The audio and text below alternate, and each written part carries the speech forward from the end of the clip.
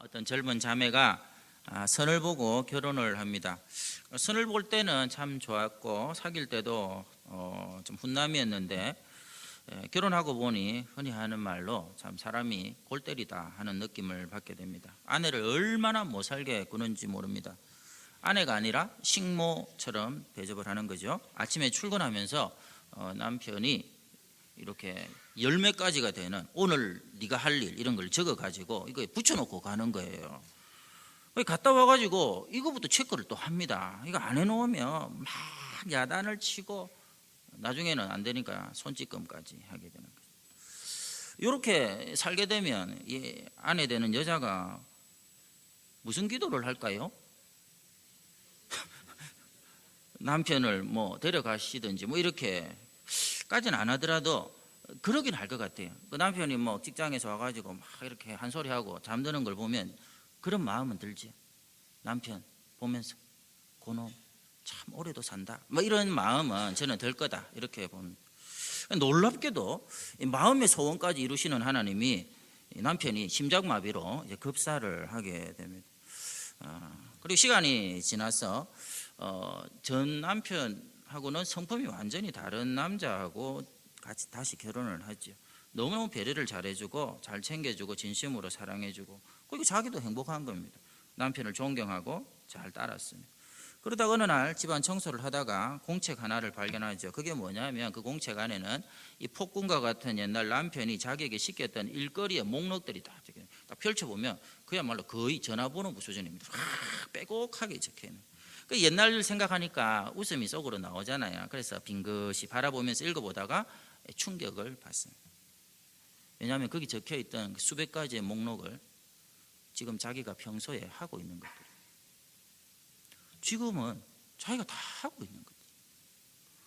그때는 두려움에 사로잡혀가지고 억지로 하던 일들인데 지금은 시키지도 않는데 알았어, 기쁨으로 다 하고 있는 자신을 발견하고 놀라움을 금치 못했다 하는 얘기입니다. 이게 오늘 본문의 핵심입니다. 교회 안에 있는 사람이든 그렇지 않은 사람이든 예수님을 확실히 만나지 못한 모든 인생들은 율법으로 상징되는 어떤 규범이라는 남편에게 매여 살고 있습니다. 어려서부터 듣는 얘기가 뭡니까? 이것을 하라, 저것은 하지 마라. 이건 옳다, 저건 틀린 것이다. 근데 문제는 우리의 본성이 이것을 절대로 다 지켜낼 수 없다 하는 것입니다. 그것 때문에 스트레스를 받고 그것 때문에 절망감을 느낍니다. 그러다가 어느 날 예수님이라는 새로운 신랑을 만나게 되죠. 그분을 통해 이전에 알지 못했던 엄청난 은혜와 사랑을 발견을 합니다. 그러니까 그 예수님이 너무너무 좋아서 그 예수님을 너무너무 존경하고 따라가는 가운데 그분의 마음을 알게 되니까 그분이 원한 것을 그냥 해드리고 싶어요. 저절로 기쁨으로 자발적으로 내게 주어진 일들을 찾아서 감당하게 되는데 이게 바로 오늘 사도 바울이 얘기하는 은혜 아래서 살아가는 성도의 삶이다 하는 것이죠. 오늘 두 가지를 좀 보도록 하겠습니다. 첫 번째는 그렇다면 율법과 이 복음의 차이가 뭐냐 하는 것이죠. 1절 2절을 우리 같이 읽도록 하겠습니다. 1절 2절입니다. 시작. 형제들아, 내가 법 아는 자들에게 말하노니 너희는 그 법이 사람이 살 동안만 그를 주관하는 줄 알지 못하느냐. 남편 있는 여인이 그 남편 생전에는 법으로 그에게 매인 바 되나 만일 그 남편이 죽으면 남편의 법에서 벗어나느니라. 아까 말씀드린 그 여자분의 비유가 이 내용을 말씀하고 있습니다. 율법, 복음, 이 결정적인 차이가 뭐냐 하면 자발성입니다. 자발성.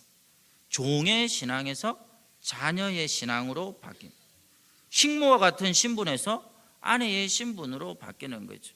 신데렐라 얘기하지 않습니까? 허구한 날 매일 언니들이나 이 새어머니에게 구박받던 신데렐라가 왕자님과 결혼해 그 나라에서 가장 존귀한 왕세자비가 되는 것. 천대받는 부엌대기가 아니라 그리스도의 순결한 신부로 바뀌는 게 이게 바로 예수 믿는 겁니다. 예수를 믿고 난 이후에 이 신분 변화, 이것이 깨달아지면 자발성이 우리 속에서 생겨나는 거죠. 대표적인 경우가 막 살았다고 해서 그런지 몰라도 이름이 막 달라 마리아라는 그런 자매가 있었습니다. 이 자매의 삶은 뭐 성경을 좀 아시죠? 자기 정욕대로 살았어요. 죄만 짓다가 나중에는 귀신까지 들렸어요. 근데 예수님을 만나고 그분을 인생의 새 주인으로 섬기고 나니까 어떻게 하느냐? 그 은혜와 사랑에 감격해서 살아가는데 놀라운 변화가 일어나죠. 이 사람의 사생활이 굉장히 안 좋았죠. 반문화에 젖어 있던 이 여인이 어떻게 되느냐 하면, 이 다음 주 이제 부활주일 아닙니까? 내가 사랑하는 주님, 내가 먼저 가서 제일 이런 시간에 만나야지 하고 새벽을 깨우며 부활의 아침에 그 주님을 첫 번째로 만났던 인생이 바로 이 막달라 마리아가 되는 거죠. 만나는 사람마다 그 부활의 주님을 전가하며 평생을 살게 됩니다. 막달라 마리아가 가진 모든 것을 들여서 주님을 섬기는 자발적인 인생으로 바뀌는 것. 이게 하나님 믿는 사람들의 변화된 모습이 되어야 된다 하는 것입니다. 이런 설명을 좀 드려볼까요? 이게 뭐 좋은 예가 될는지는 모르겠습니다만은, 제가 수험생이던 1980년대 이 중반에 이 대학 입시는 지금하고 완전히 다릅니다. 한 번 넣으면 끝입니다. 제가 지난주에도 말씀드렸지만, 그러니까 어떤 약간 뭐라고 합니까? 좀 문제가 생기느냐 하면 배짱 지원이라는 게 생깁니다. 배짱 지원. 아니면 말고시고에 딱 던져놓고 그냥 재수하면 되지, 이런 식으로 하는데, 그러다가 덜컥 합격하는 친구들이 생기는 거죠. 배짱 지원이래.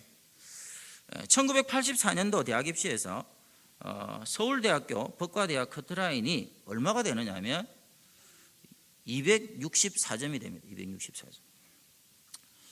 이게 왜 이런 일이 벌어지느냐 하니까요, 그때는 이제 340점 만점이고 서울대학교 법대를 가려면 310점이 넘어야 되죠. 고득점자들이 전부 다 눈치를 보다가 하향 지원을 했는데, 엉뚱하게 무대뽀로 원서를 냈던 한 학생이 예상 커트라인보다 50점이나 차이가 나는데도 불구하고 합격이 돼버린 거예요. 물론 270점 된 이 친구가 공부 못하는 친구는 아닙니다. 그 정도도 제법 하는 친구인데, 아마 본인이 생각했던 것보다 성적이 엄청나게 잘못 나오니까 재수할 각오하고 그냥 이렇게 넣었던 것 같아요. 근데 합격을 해버렸어요. 세상에. 그렇게 합격했다고 이 친구가 등록금 더 내는 거 아닙니다. 학생증에 이상한 기록을 남겨놓는 거 아니에요. 뭐 빨간 줄을 끊는다든지 뭐 배짱 지원을 했다든지 이런 표시 전혀 없어요. 자타가 공인하는 서울대 법대생으로 대학 생활을 시작을 하게 됩니다. 여러분, 이거 어렵니까 아닙니까? 배 아픕니까? 이 학생이 대학 생활을 어떻게 했을까요? 하숙집 형들에게, 또 제 형에게 물어봤습니다. 실제로 들은 얘기입니다. 이 학생들이 너는 운빨로 왔네 이런 거 없습니다. 그 학생들이 사실은 소양이 좀 있어요. 그래 놓으니까 이 친구의 고등학교 세절을 알기 때문에 그렇게 하다가 또 여기가 이렇게 오게 된 게 또 뭐 이게 인생길이다 이렇게 생각을 했는데, 본인은 너무너무 이게 좋은 겁니다. 다시 재수해서 올 수 있다는 보장이 사실 없는데 이렇게 합격된 게 좋은 거예요. 자기가 받은 이 은혜를 혹시라도 놓칠까 봐, 지금은 1학년 때부터 다들 열심히 합니다. 그때는 대학 1학년은 무조건 일단은 제끼고 노는 시간이거든요. 얼마나 열심히 공부하는지 모르겠어요. 근데 이 친구를 보면 이 고3 때는 입시 지옥에 시달리면서 공부하는데 자기가 알아서 도서관에, 그 큰 도서관에 불을 막 자기가 켜면서 마지막에 나가면서 끄면서 자발적으로 열심히 하는 겁니다. 그리고 걔들 못지않게 성장하겠다고 또 열심히 또한 독서도 하고, 그리고 운동도 하고 최선을 다하더라는 것입니다. 그러니까 자연적으로 학점을 잘 받았고, 물론 법조인이 된 건 아닌데 결국에는 이제 우리 한국에서 제일 좋은 기업의 특채로 뽑혀서 지금도 실력 인정받으며 멋지게 살더라 하는 것이죠. 왜 이럴까요? 모두가 이제는 놀자 하는 대학 1학년 시절에 왜 이렇게 열정으로 살죠? 은혜를 알기 때문에 그렇습니다. 은혜를 알기 때문에 그래요. 여러분 어떻습니까? 우리는 40점, 50점 차이가 아니에요. 이 서울대 법대 이런 정도가 아닙니다. 아예 자격이 없어요.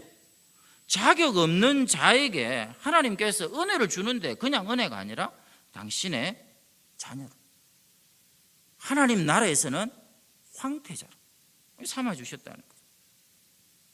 믿습니까? 시무룩하네. 예. 아니 이걸 믿는데 여러분은 왜 그래요? 아니 은혜가 알면 다른 사람들이 봐서 야 이렇게도 살 수 있구나 하는 것을 감동을 주고 인상을 남겨야 되는데 여러분은 이 사실을 방금 믿는다 해놓고 여러분 주변의 삶에서 여러분을 보면서 이런 평가를 하는 사람들이 과연 있느냐 하는 거죠. 왜 우리는 그렇게 변화되지 않죠? 이유는 하나밖에 없습니다. 교회는 다니지만 이 십자가 사랑을 충격적으로 느낀 적이 없기 때문에 그런 거예요. 하나님의 아들이 십자가에서 죽었다더라, 객관적 사실로는 여러분 다 받아들입니다. 그래서 지금 아멘이라는 얘기를 하지만 실제로 그것이 나 같은 것을 위해서 주님이 그 영광을 버렸다는 쇼킹한 사건으로 체험한 적이 없어요. 제가 지난번에 이민교회 목사님 얘기 드렸죠. 우리도 요즘 많아졌습니다만 거기는 원래 반려견 많이 키우지 않습니다. 반려견 그때 원래 하나 얼마입니까? 잘 모르겠습니다. 하여튼 5만 원인가 10만 원 주고 이민교회 목사님이 이렇게 샀어요. 가족들이 키우자 이래가지고 샀는데 얘를 키우다 보니까 처음에는 뭐 억지로 이렇게 하다가 좀 정이 들었던 모양이에요. 목사님도 이거 귀여운 모양이에요. 오늘 놀다가 그랬는지 떨어졌는지 뼈가 부러진 겁니다. 뼈가 부러져 가지고 이 5만 원 주고 산 이 반려견을, 이 강아지를 동물병원에 데려가서 치료를 하고 수술을 하고 다 하고 났더니 얼마가 다 하느냐니까 400만 원 치료비가 나온 겁니다. 400만 원 수술비하고 치료비가.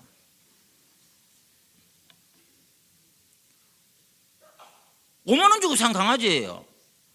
그런데 얘를 살리겠다고 그 이민교회 목사님, 교회도 크지 않은데 자기 사례비 한 2달치를 아낌없이 지불을 했단 말이에요.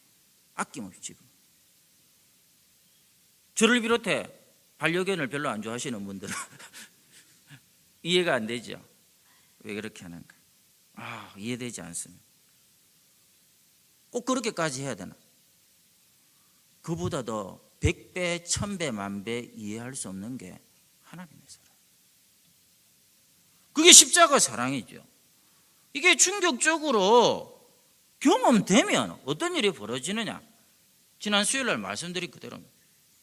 지난주에 와서 우리 헌신예배를 했던 그 박 목사님, 서울에서 잘 나가는 스타 강사가 돼가지고 부산에 와서 강의를 하라고 하는데 이분이 이제 은혜 받고 와서 보니까요, 이 학원 이사장이 33년 전에 당신은 학생들을 끌어모으는 재주가 있으니까 우리 학원에서 꼭 3년을 해준다고 그렇게 약속을 하세요 하면서 내놓은 돈이 6천만 원이에요. 33년 전에 6천만 원이면 아파트 지금 2채를 사는 가격이에요. 그거를 현찰로 딱 내놓는데 이분의 마음에 든 게 뭐죠? 내가 십자가 사랑을 알고 나니까 그동안 술, 담배 피고 멋대로 살다가 하나님의 아들이 나 같은 걸 위해서 죽으셨다는 그 사랑이 깨달아지고 충격적으로 경험되고 나니까 눈앞에 있는 이 아파트 2채가 아무것도 아니더라는 거죠.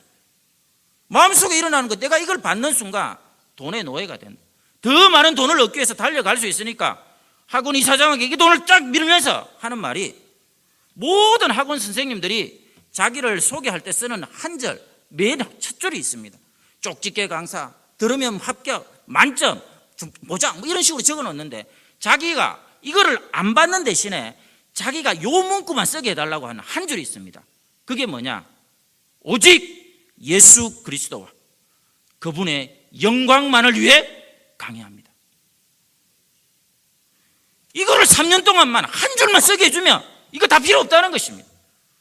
학생들이 얼마가 오든지 주는 월급만 받겠다는 것이죠. 여러분, 이 세상에서 여러분 돈을 많이 버는 것보다 제 용서받은 기쁨이 더 커야 여러분 믿음이 진짜가 되는 것입니다. 여러분, 좋은 부모가 되라고 하셨지 언제 자식의 노예가 되라고 하셨어요? 멋진 직장인, 사업가가 되라고 하셨지 왜 돈의 노예가 되라고 하셨겠습니까? 명심하십시오. 자식이 성공하는 것보다 예수 잘 믿는 사람 되는 게 훨씬 더 기뻐야 진짜 믿음입니다. 여러분이 지금보다 훨씬 좋은 집에서 사는 것보다 천국에서 살 것을 소망해야 이게 진짜 믿음입니다. 이 진정한 믿음을 회복하고 억지가 아니라 너무너무 좋아서 예수님이 좋은 걸 어떡합니까? 기쁨으로 순종하는 최고로 복된 하나님의 자녀들 되시기를 축원합니다. 두 번째는 은혜의 관성으로 살아가라는 것이죠. 4절을 보도록 하겠습니다. 4절입니다. 시작. 그러므로 내 형제들아 너희도 그리스도의 몸으로 말미암아 율법에 대하여 죽임을 당하였으니 이는 다르니 곧 죽은 자 가운데서 살아나신 이에게 가서 우리가 하나님을 위하여 열매를 맺게 하려 함이라. 아멘. 이 말씀은 우리가 은혜 아래서 살아갈 때에 나타나는 어떤 현상을 말합니다. 자, 은혜가 여러분이 감격이 되고 정말 나를 위한 그 주님의 이해할 수 없는 사랑이라고 체험이 되어지면 이 자발적으로 이제 순종을 하게 되는데, 이 순종이란 말 안에 자발성이 있죠. 순종이 한자 그대로 순순히 따라간다 아닙니까? 그런데 우리 속에 이 순종의 삶을 통해서 은혜라는 게 쌓여가게 됩니다. 은혜가 쌓여갑니다. 그럼 이 쌓여진 은혜가 우리 속 사람을 꽉 채우고 있으면 이게 신앙의 원동력이 되어서 추진력을 갖게 되는데, 어떤 고난과 장벽도 뚫고 나가게 되고 그 가운데서 하나님을 위해 열매를 맺게 되고 누가 봐도 능력 있고 권세 있는 믿음의 삶, 그리고 강력한 헌신의 삶을 살게 만든다 하는 것입니다. 이것을 은혜의 관성 이렇게 부를 수가 있습니다. 관성의 법칙이 뭐죠? 어떤 물체가 운동 상태에 있으면 그것을 계속 지켜나가는 힘을 말합니다. 예전에 제가 어릴 때가 아닌가? 대학생 때인가? 그때 우리나라가 하도 뭐 눈만 뜨면 뭐가 무너지고 뭐 자꾸 이런 큰 사고가 났지 않습니까? 그때 참 그때만 해도 비교가 될 만한 하나의 이 해외 토픽이 났습니다. 그게 뭐냐니까 네덜란드로 제가 기억을 하는데요. 네덜란드에 이렇게 아파트 같은 생긴데 이 비행기 하나가 고장이 나가지고 어찌어찌 하다가 도저히 피할 수 없어가지고 이 아파트를 그대로 들이받습니다. 아파트를 들이받았는데 이게 어떻게 됐느냐, 참 신기합니다. 그 화면에 그대로 나오는데요. 이 아파트가 있으면 이 아파트 긴 아파트 중간에 요철이라고 합니까? 여기가 딱 이렇게 들어가는 거예요. 이렇게. 그대로 뚫고 나가버린 거예요. 벽을 뚫고 나가는데 아파트는 딱 이렇게 요 모양으로 해가 요 중간만 딱 빠져가지고 그대로 서 있는 겁니다. 그 콘크리트를 다 합치면 한 2m 정도가 되는데 그걸 이 크지도 않은 비행기가 그대로 뚫고 나가는 거예요. 와, 그게 뭐다? 관성이에요. 수백 킬로로 달려오는 그 관성의 힘으로 그 비행기가 콘크리트 2m를 그대로 뚫고 나가더라는 거죠. 반면에 김해공항 경납고에 있는 이보다 몇 배 더 큰 비행기들은 그대로 보관하고 있습니다. 얇은 철판으로 된 창고에 보관해요. 그러니까 움직이지 않는 비행기는 얇은 합판도 못 뚫기 때문에 그렇게 보관해도 상관이 없는 거죠. 여러분, 은혜의 관성도 여러분 마찬가지입니다. 여러분, 쌓여가는 은혜가 있습니다. 그래서 살아 움직이는 신앙이 되고 그 은혜의 가속도가 붙으면 정말 이 2m가 넘는 콘크리트도 뚫고 나가는 강력한 믿음을 살게 되죠. 그래서 마태복음 1장 1절을 시작하면서 이 믿음에 대한 이런 얘기를 합니다. 아브라함과 다윗의 자손 예수 그리스도의 계보라고 이렇게 얘기합니다. 자, 믿음을 얘기를 합니다. 진짜 믿음을 얘기할 때에 신앙의 그 많은 선배들 중에서 성경은 아브라함과 다윗과 예수님을 소개를 하죠. 먼저 아브라함은 어떻습니까? 그의 생애 전체가 한편의 설교입니다. 설교. 하나님이 하신 설교예요. 주제는 믿음이란 무엇인가? 그래서 그를 믿음의 조상이라 합니다. 믿음이란 무엇인가? 보이지 않고 영이신 하나님을 어떤 관계로 살아야 되는지에 대해서 그 정확하게 보여준 인물이 아브라함입니다. 그리고 두 번째 다윗은 뭐냐 하면 그 믿음을 가졌던 백성이라면 실제 삶의 현장에서 어떻게 살아야 되는지를 보여줍니다. 어떻게 살았죠? 양으로 사는 거예요. 목자의 음성만 믿고 따라가는, 눈앞에 계신 하나님이 이 세상 어떤 현실보다 앞에 있다는 것을 고백하며 사는 거죠. 눈앞에 자기를 죽이려는 원수 사울이 자고 있어도 모두가 다 이게 기회라고 죽여라고 하는데 그 어떤 현실과 상황보다도 내 앞에 그를 기름 부어 세우신 하나님이 앞에 와 있는 것을 피부로 느끼며 살아가는 것. 그러니까 원수도 문제될 게 없고 성공을 해도 이것에 빠지지 않을 수도 있고, 이렇게 실제로 살았던 다윗의 삶을 보여주고요. 세 번째는 예수님은 왜 나오죠? 이 아브라함의 믿음과 다윗의 영광과 승리가 모든 인생들에게 가능할 수 있도록 오셔서 십자가를 지신 분이라는 거죠. 그러니까 십자가 하는 거예요. 여러분들 오늘도 십자가를 붙들면 이 아브라함이 가졌던 개인의 복, 열방의 민족의 복, 자녀의 복, 영생의 복, 다윗이 누렸던 얼마나 추진력이 뛰어났냐면 콘크리트 2m가 아니라 가는 데마다 이기고 또 이기고 또 이기고 또 이기고 하더라는 이 전진하는 믿음의 삶을 우리도 동일하게 살 수 있다는 거죠. 이번 주 고난주간입니다. 분명한 사실은 주님이 십자가에 못 박힘으로 우리에게 두 번째 인생이 주어졌습니다. 이 두 번째 인생을 여러분 존귀하게 살 수도 있고 여러분 망칠 수도 있습니다. 전적으로 여러분에게 달려 있습니다. 전포교회에서 신앙생활 하신 분들 아시죠? 저는 강요하는 일 없습니다. 절대로 이래라 저래라 하지 않습니다. 저는 잘 아실 거예요. 자기가 하려면 저는 또 하라 합니다. 그러나 하지 않으면, 싫다면 안 시킵니다. 그러나 이 모든 결과에 대해서는 여러분들이 책임을 져야 됩니다. 그래야 성숙하는 거예요. 신앙은 자발적인 겁니다. 억지로 뭐 특세해가지고 저 뒤에서 저 여전도사님이 막 출석 부르고 이렇게 가지고 지금 되는 게 아니에요. 안 한다고 강단에서 막 목사가 욕을 하고 협박을 하고 뭐 그런 목사님이 뭘 없겠지만은 좌우지간에 잘하지 않습니다. 자기가 알아서 해야 돼요. 여러분 죄도 마찬가지인데요. 죄를 이긴다 하는 것도 믿음에서 가장 필수적인 요소인데 이것도 선택을 하는 겁니다. 중요한 것은 이 죄의 유혹에 넘어가느냐 안 넘어가느냐 하는 것이 우리 안에서 결정이 되는 거예요. 그게 뭐냐면 말씀이 우리 가운데 부어지지 않습니까? 왜 여러분 오늘 말씀 가운데 집중을 하라고 하느냐면 이게 딱 내 안에 있으면 여러분 주변에서 올 수 있는 이 죄의 유혹들을 이 말씀이 탁탁탁탁 쳐냅니다. 요거는 경험을 해봐야 됩니다. 내 안에 말씀이 딱 충만하면 어떤 세상이 갖다 주는 좋은 것들, 뭐 어떻게 보면 달콤한 유혹들 이런 것들이 탁탁탁탁 쳐져요. 그래서 시편에 보면 요셉이 그 많은 유혹 속에서도 승리할 수 있었던 게 시편에 그를 말씀으로 단련했기 때문이다. 아울러 십자가의 능력이 있지 않습니까? 우리의 모든 죄를 속했던 그 십자가의 능력이 우리 속에 있으면 거부할 수 있는. 죄가 뭐죠? 그럼 죄는요 헬라어로 하마르티아라는 건데 이게 관역을 빗나갔다 이런 뜻입니다. 여러분 이해를 할 수 있도록 이번에 올림픽이 열렸어요. 이 얘기를 잘 이해할 수 있도록 컬링 보셨죠? 여러분 컬링 이거 굴리는 걸 뭐랍니까? 이거 맷돌이 아니죠, 그죠? 아 이게 저보다 확실히 근데 지금 기억이 지금 안 나가지고 맷돌이 적어놨는데 맞다 스톤이다 스톤. 이 스톤을 이렇게 쫙 밀지 않습니까? 이걸 딱 밀었을 때에 동그란 그 관역 안에 들어가야 돼. 관역 안에. 근데 요거 관역을 딱 넘어가면 어떻게 되죠?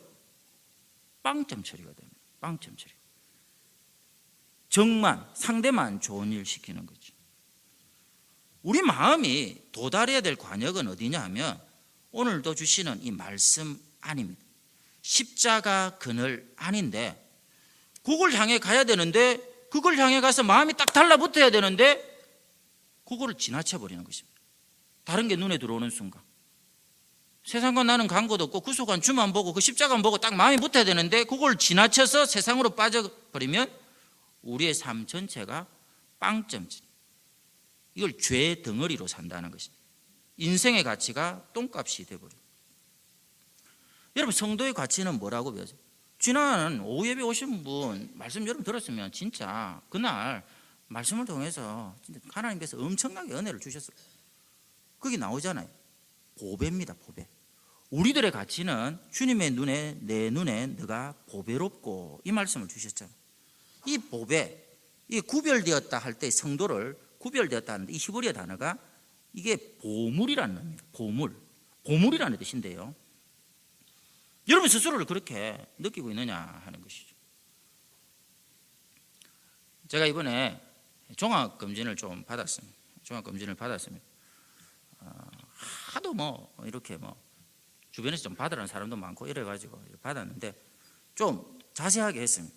할 수 있는 뭐 초음파 검사 다 하고 CT도 찍고 이래가지고 이것저것 제가 자세하게 이제 검사를 해가지고 지난 목요일 날 결과를 들으러 갔습니다.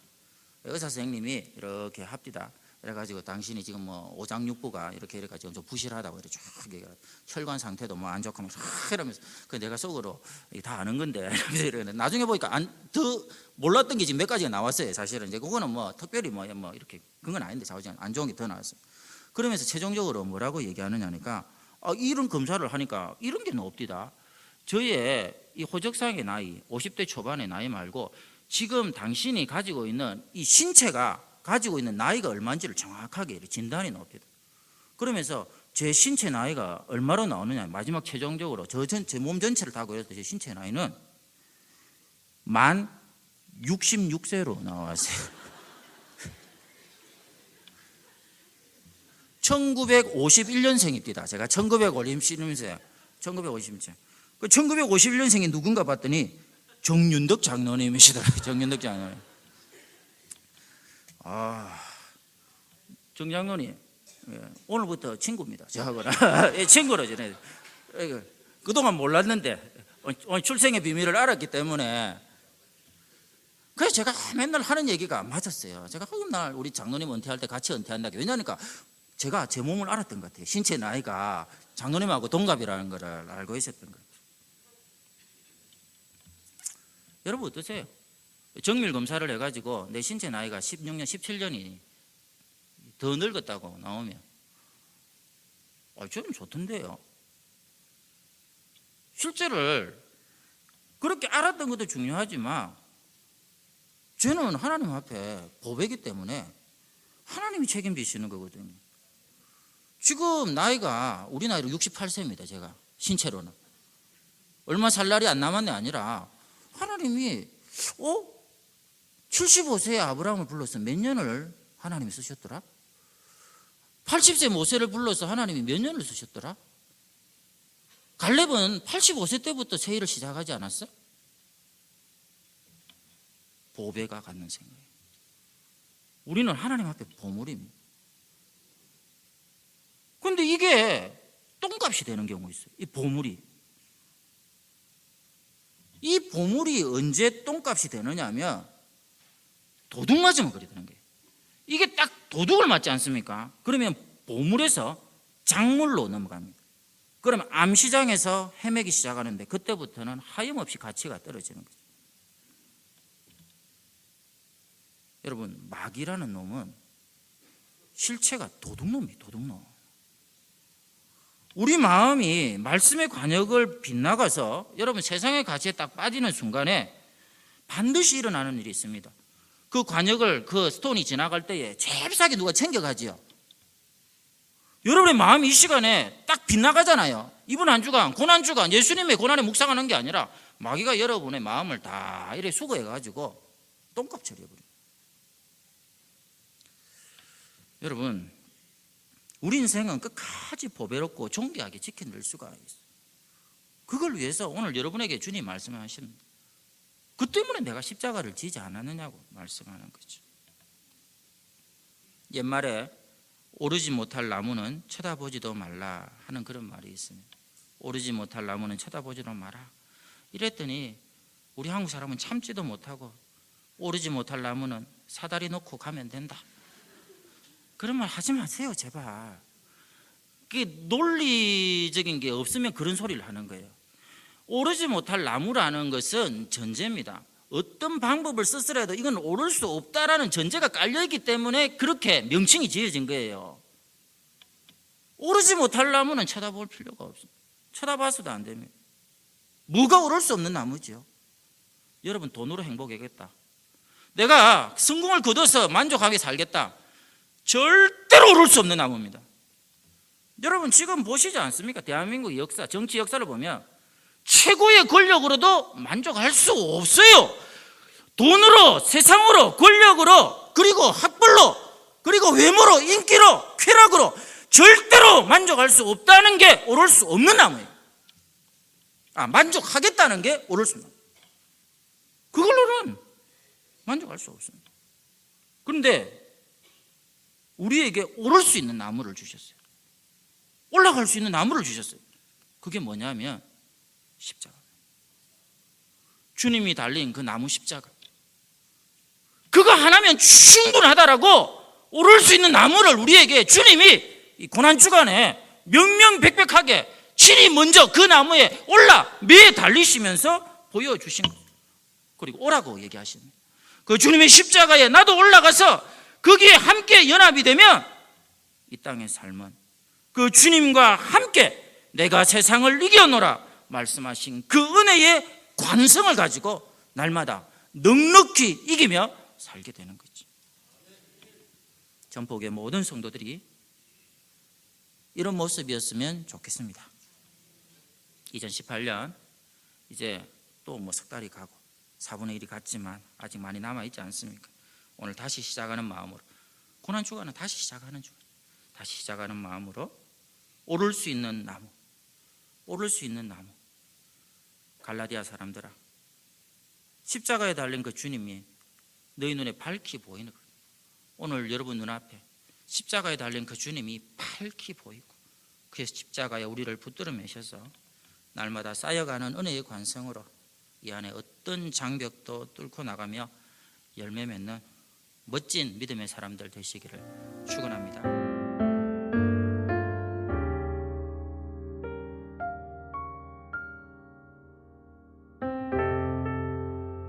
주님, 우리는 지금 평범한 일상이 다시 오기를 간구합니다.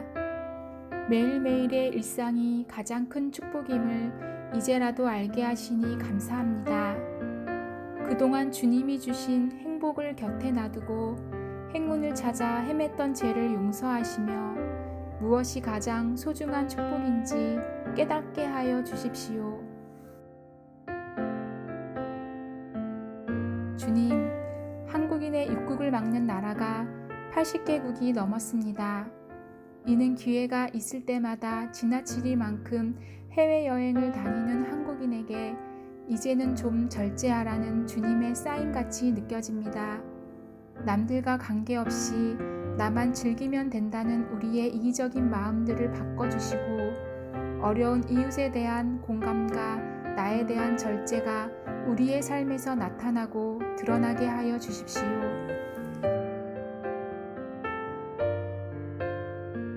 주님, 마스크 없이는 하루도 살 수 없는 세상이 되고 말았습니다. 이는 그동안 너무 많이 무책임한 말을 내뱉고 아무렇지도 않게 퍼날랐던 우리들에게 조금 더 침묵하며 살라는 주님의 명령 같습니다. 내 입을 막으며 적게 말하고 진실만을 전하기 위해 노력하게 하여 주십시오.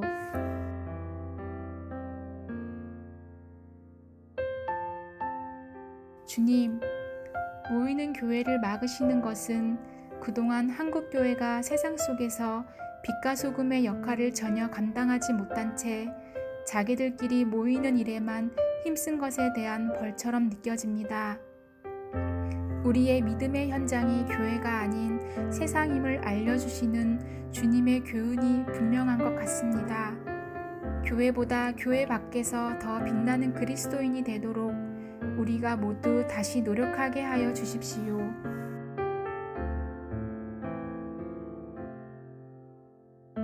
교인이 5만이니 10만이니 하는 것이 모두 거품인 것을 알게 하신 주님, 하루아침에 예배당의 교인들은 없어질 수 있음을 깨닫게 하시니 감사합니다. 우리의 관심이 교인의 수에만 있고 교회의 자랑이 그 크기에만 있었다면 이제 그 마음을 돌이켜 참된 자랑이 무엇인지를 생각하게 하여 주십시오. 나의 자랑이 천박한 교회 크기가 되지 않게 하시고 내 기도의 간구가 경쟁에서의 승리가 되지 않게 하여 주십시오. 오직 존귀한 그리스도 예수만이 우리의 자랑이 되게 하여 주십시오.